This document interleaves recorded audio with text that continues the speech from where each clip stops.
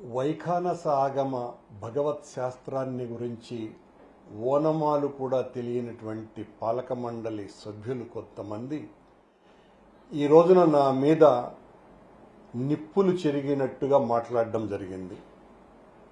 నేను ఈరోజు ఉదయం శ్రీ మహావిష్ణువు విగ్రహానికి జరుగుతున్నటువంటి అపచారం, అది కూడా సాక్షాత్తు శ్రీవారి పాదాల చెంత అలిపిరికి అతి సమీపంలో ఉన్నటువంటి ప్రాంతంలో ఈ రకమైన అపచారం జరుగుతోంది అన్నటువంటి విషయాన్ని వెలికి తీసి చూపిస్తే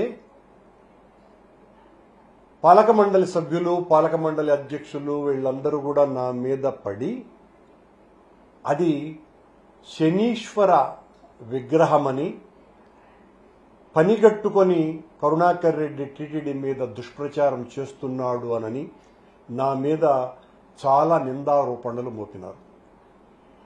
ఏ శాస్త్రం వీళ్లకు చెప్పిందో శంకు చక్రాలు ధరించినటువంటి విగ్రహం శని విగ్రహం ఎలా అవుతుందో ఈ ఋష్య పుంగవులకే తెలియాలి. మీరు జరిగిన తప్పును సరిదిద్దుకోకుండా నేను ఆడపోయి మందు బాటలు వేసినానంట. సరే, ఎంతకైనా దిగజారి మా మీద నిందలు మోపేటువంటి శక్తి ఉన్నది, మీకు యుక్తి ఉన్నది, అధికారము ఉన్నది. అక్కడ సీసీ కెమెరాలు ఉంటాయి. నిఘా వ్యవస్థ పూర్తిగా విఫలమైంది. మీరు ఏమాత్రం కూడా బాధ్యతతో వ్యవహరించకుండా తప్పును ఎత్తి చూపినటువంటి నా మీద మీ ఇష్టం వచ్చినట్టుగా మాట్లాడితే భయపడేటువంటి వ్యక్తిని కానే కాదు. మీ ఇష్టం వచ్చినది చేసుకోండి.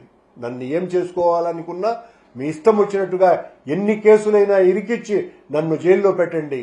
నేను హైందవ ధర్మం కోసమని పోరాడకుండా ఉండేటువంటి ప్రసక్తి లేనే లేదు.